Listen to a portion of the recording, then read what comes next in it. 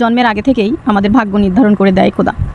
কাকে পাবো, কাকে হারাবো, কে জীবনে আসবে, কার মায়ায় পড়বো, সব কিছুই ওপর থেকেই খোদায় ঠিক করে দেয়। আপনাকে পাওয়ার জন্য আমি খোদার দরবারে 2 হাত বাড়াইছিলাম, কান্না করছিলাম, নামাজের পরে মুনাজাতেও বসছিলাম, কাঁদতে কাঁদতে চোখ 2টা লাল করে ফেলছিলাম। কিন্তু খোদা আপনাকে আমার করেই দেয় নাই। খোলা আকাশের নিচে দাঁড়িয়ে আপনাকে চাইছিলাম, বলছিলাম খোদা তাকে পাইলে আমি আপনার দরবারে আর কিছুই চাইব না, শুধু তুমি তাকে আমার করে দাও। তবুও খোদা আপনাকে দেয় নাই। রাত 3টার সময় তাহাজ্জুদে বসেও কাঁদতে কাঁদতে আপনাকে চাইছি খোদার কাছে, তারপরও খোদা আমাকে ফিরাই দিছে। আসলে আপনি আমার ভাগ্যে নাই, খোদা আগে থেকেই আপনাকে আমার কপালে রাখে নাই, তাহলে কেমনে পাবো আপনাকে? অবশেষে আমি বুঝতেই পারলাম কান্না করেই সব কিছু পাওয়া যায় না, ভাগ্যে থাকে, ভাগ্যে যদি না থাকে তাহলে আর কিছুই হয় না।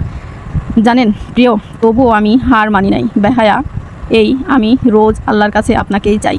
আপনাকে পাওয়ার কপালে নিয়ে জন্ম নিয়েছি কিনা জানি না, তবে আল্লাহর কাছে আমি শুধু আপনাকেই চাই। কিভাবে ভুলে যাব আপনাকে বলেন?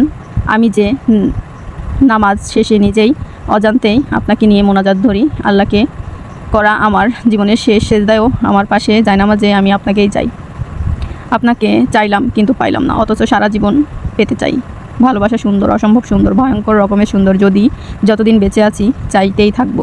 পাওয়াটা ও ভাগ্যের ব্যাপার। এই গন্তব্য ফুরিয়ে গেলে পরের গন্তব্য হারিয়ে ফেলা। আপনাকেই চাই, আপনি আসিয়েন আমার অন্তরে। কালে আমি রয়েছি আপনারই অপেক্ষায়। দান সাদগা কিংবা জাকাত নয়, আমি 2 হাত পেতে চাইছি আপনাকে ভিক্ষা, কিন্তু আল্লাহ মিলাই দেয়নি।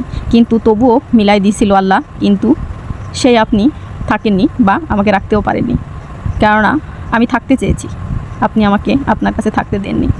কি অদ্ভুত তাই না? আল্লাহ যাকে জীবন থেকে নিয়ে যায় সেটা ভালোর জন্যই নিয়ে যায়, কিন্তু আমরা মানুষ বুঝি না।